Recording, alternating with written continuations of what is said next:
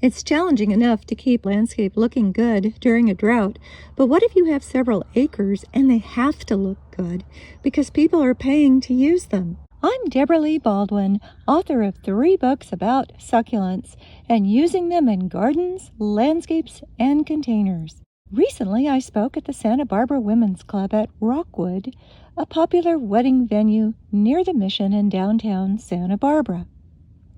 The historic Spanish colonial clubhouse is on 2.5 park-like acres of oak woodland. The lack of rainfall has taken its toll.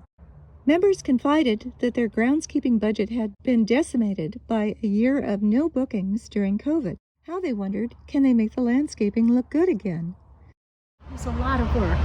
A lot of work. Well, I ran out of my budget completely because of COVID, and we shut down, as all of you did. And so I called out to the members, and they brought in actually truckloads of succulents, and so mostly agaves. The addition of dozens of agave attenuata, which love Santa Barbara's mild climate, certainly helps. However, the project is still overwhelming. Here are a few of my suggestions how club members might refurbish Rockwood's grounds on a very tight budget. Find these and more succulent landscape ideas at DebraLeeBaldwin.com. When someone enters the grounds, whether on foot or by car, they need to leave the world behind. Keep that ambiance in mind as you prioritize and enhance various areas, especially the entry drive and pathways from parking areas. Don't try to tackle 2.5 acres all at once. Focus on a few choice locations and make them picture perfect for photo shoots. Take care of eyesores that photographers have to shoot around. For example, an awkwardly chopped tree trunk ruins what would otherwise be a great shot. Anytime bare dirt shows, a garden looks unfinished. In gaps, add more of those succulents that are already doing well: agave attenuata, agave perii truncata, aeoniums, yuccas, aloes, Portulacaria afra, also known as elephant's food, and jade.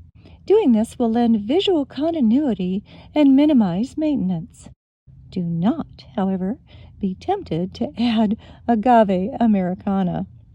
Use rocks to conceal bare dirt. You can never have too many rocks in a low-water landscape, especially one named Rockwood. Cluster boulders and fill gaps with crushed rock. Place pots of flowering plants along the top of the low rock wall that runs along the front of the clubhouse to break the wall's hard line and make the building more inviting. Repeat the red of the Bougainvillea with trailing red geraniums. Water often and refresh as needed. Even succulents will need some water during hot, dry spells. Make sure focal point areas have efficient, regular irrigation so plants stay lush and green. Remove weeds, especially in garden beds and those areas where guests go first or are likely to linger. Before winter rains, spread pre-emergent herbicide to minimize the number of weeds that sprout. After removing weeds from the woodland's sunny areas, spread a golden decomposed granite to lend a finished look. It's less expensive than gravel and goes with a natural setting. Don't bother to rake and remove fallen oak leaves, except from paved areas and pathways. Let leaves create a natural mulch that holds moisture in the soil and helps keep weeds from sprouting. Trim tree branches that obscure vantage points. Notice leading lines, such as tree limbs and pavement curves, when preparing spots where a bridal couple will pose or where guests might gather for a group shot. Leading lines lead the eye to the focal point. Plant more Bougainvillea. It's colorful, romantic, and low water once established. Use it to soften edges and corners and to help the clubhouse appear integral to its setting. Agave attenuata rosettes that sit atop exposed trunks should be surrounded by similar agaves or cut back and replanted.